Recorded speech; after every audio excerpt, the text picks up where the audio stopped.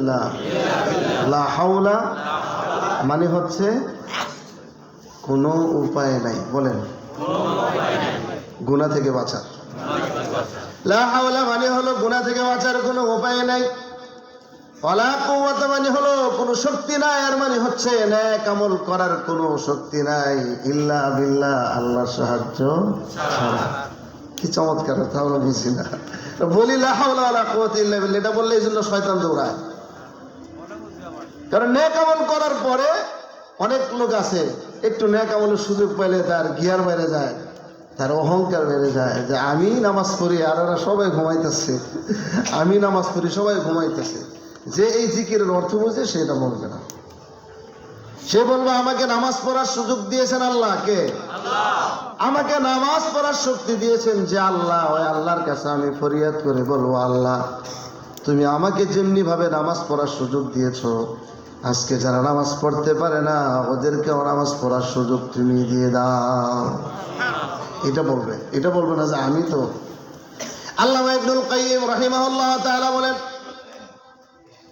দুইজন ব্যক্তি, এক ব্যক্তি রাত্রে তাহাজ্জুদের সালাত আদায় করলো, ফজরের জামাতে ফজরের নামাজ আদায় করলো, সকালবেলা তার গিয়ারটা বেড়ে গেল, অহংকার বেড়ে গেল, আমি তো আল্লাহর হক আদায় করে ফেলেছি।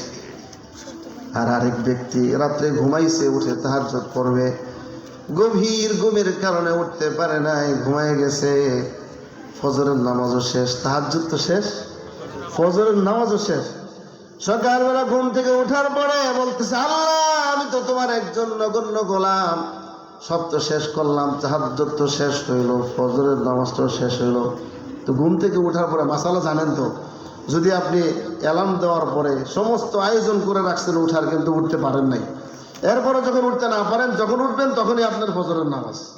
আপনি যখন 7টায় উঠবেন তখন প্রথম কাজ কি হবে? আপনার এই নামাজটা পড়া। যদি পড়ে ফেলেন, ওই ফজরের নামাজ টাইম মতো পড়লে যেই সওয়াব হতো, আপনি নিয়ত করে শুয়েছেন বিধায় উঠতে পারেন নাই, রব্বুল আলামিন আল্লাহ তাআলা আপনার আমল নামাজে সমান সওয়াব লিখে দিবেন।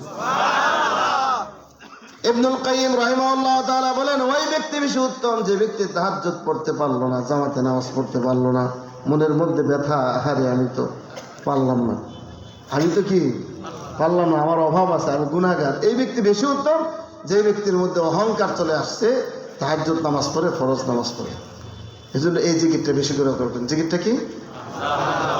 লা হাওলা ওয়ালা কুওয়াতা ইল্লা বিল্লাহ। লা হাওলা মানে গুনাহ থেকে বাঁচার কোনো উপায় নেই। বলেন, গুনাহ থেকে বাঁচার কোনো উপায় নাই। ওয়ালা কুওয়াতা, নেক আমল করার কোনো শক্তি নেই, ইল্লা বিল্লাহ, একমাত্র আল্লাহর সাহায্য ছাড়া। মনে থাকবে না ইনশাআল্লাহ বিইذنিল্লাহ। এখন আসেন আলোচনা শুরু করি। আল্লাহ সুবহানাহু ওয়া তাআলা বলেন, ওয়া ইয আখাযনা মিসাকা বানি ইসরাঈলা লা তা'বুদুনা ইল্লাল্লাহ ওয়া বিল ওয়ালিদাইনি ইহসানা ওয়া যিল কুরবা ওয়াল ইয়াতামা ওয়াল মাসাকিন ওয়া কুলু লিন-নাসি হুসনা। এই আয়াতে আল্লাহ রাব্বুল আলামিন বলেন, তোমরা তোমাদের পিতামাতার সাথে সদাচরণ করো, ভালো ব্যবহার করো। ওয়াদিল কুরবা ওয়াল ইয়াতামা ওয়াল মাসাকিন, এতিম মিসকিন আত্মীয় স্বজনের সাথে ভালো ব্যবহার করো। ওয়া কুলু লিন-নাসি হুসনা, মানুষের সাথে সুন্দর কথা বলো। কার বিধান? আল্লাহর বিধান। খেয়াল করবেন কিন্তু। এরপরে খেয়াল করবেন কি বলতেছে। এরপরে 1 নম্বর হাদিস তিরমিজি শরীফের। আয়াত আগে বলি, হাদিস বলি।